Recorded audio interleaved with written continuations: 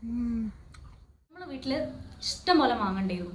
ഒന്നും നമുക്ക് തോന്നിയില്ല കേട്ടോ. അപ്പം മാങ്ങ പഴുക്കാൻ തുടങ്ങിയപ്പം നമുക്കൊരു പൂതി, മാങ്ങ അടിച്ച് പൊട്ടിക്കാം, മാങ്ങ ബോം. അപ്പോൾ ഈ പറഞ്ഞ പോലെ മാങ്ങ പറിക്കാനുള്ള പോക്കിലാണ്. നമ്മളെ വീടിൻ്റെ സൈഡിലായിട്ടൊക്കെയാണ് മാങ്ങ ഉള്ളത്.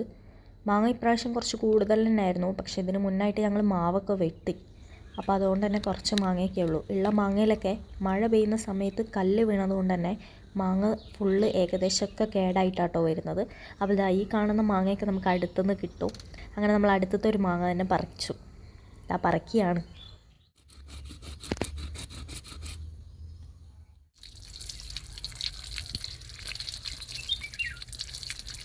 ഇനി നമ്മളെ പരിപാടി സാധാ പോലെ തന്നെ, അതാർക്കും പറഞ്ഞു തരേണ്ട ആവശ്യമൊന്നുമില്ലല്ലോ. ഇപ്പോൾ എല്ലാവരും ചെയ്യുന്ന പോലെ തന്നെ നമ്മൾ ഈ മാങ്ങേൻ്റെ സൈഡിലൊക്കെ ഇതുപോലെ വരട്ട് കൊടുത്തിട്ട് മസാല പിടിക്കുന്ന രീതിയിലാക്കി വെക്കുകയാണ്.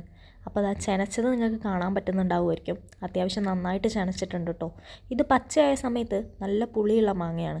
അതുകൊണ്ട് ചെനച്ചതുകൊണ്ട് കുറച്ചൊരു പുളിക്ക് വ്യത്യാസം വന്നിട്ടുണ്ട്. അപ്പോൾ ഇതിലേക്ക് വേണ്ടിയിട്ട് ഉപ്പും മുളക് പൊടിയും കുറച്ച് വെളിച്ചെണ്ണയും കൂടി ചേർത്തിട്ട് മിക്സ് ആക്കിയതാട്ടോ. അത്രയേ ഉള്ളൂ. അപ്പോൾ ഗായ്സ് നമുക്ക് ഈ കവറിലേക്ക് ഇട്ട് കൊടുക്കാം. നമ്മൾ ഒറ്റ മാങ്ങയെ പറിച്ചുള്ളൂ, രണ്ടെണ്ണമൊന്നും പറിച്ചില്ല. കാരണം നമ്മൾ അധികം പേരൊന്നും ഉണ്ടായിരുന്നില്ല. ഞാനും ഷിപ്പിയും ഉമ്മയും മാത്രമേ ഉണ്ടായിരുന്നുള്ളൂ. ഉമ്മയൊന്നും അധികം കഴിക്കില്ല. കവറിൽ എടുത്തിട്ടുണ്ട്. ഇനി നമുക്കിത് അടിച്ചു നോക്കാം.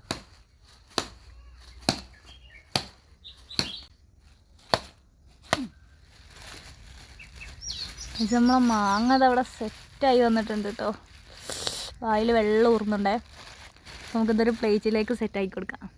നമുക്കിത് പ്ലേറ്റിലേക്ക് കൊട്ടി കൊടുക്കാം.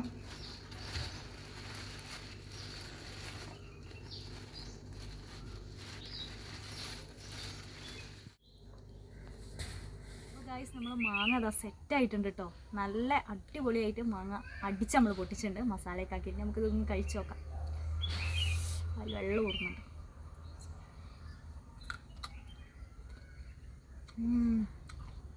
ഈ മാങ്ങ കുറച്ച് ചെനക്കും കൂടെ ചെയ്തിരിക്കുന്നു കേട്ടോ. അപ്പോൾ രക്ഷയില്ല.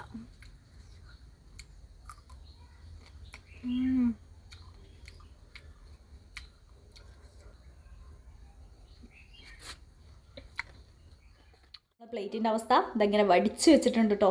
പറഞ്ഞറിയിക്കാൻ പറ്റാത്ത ടേസ്റ്റാണേ. നല്ല സൂപ്പറായിരുന്നു കേട്ടോ. ഇപ്പോഴും എൻ്റെ വായിന്ന് എരിവും പുളിയും ഒന്നും പോയിട്ടില്ല കേട്ടോ.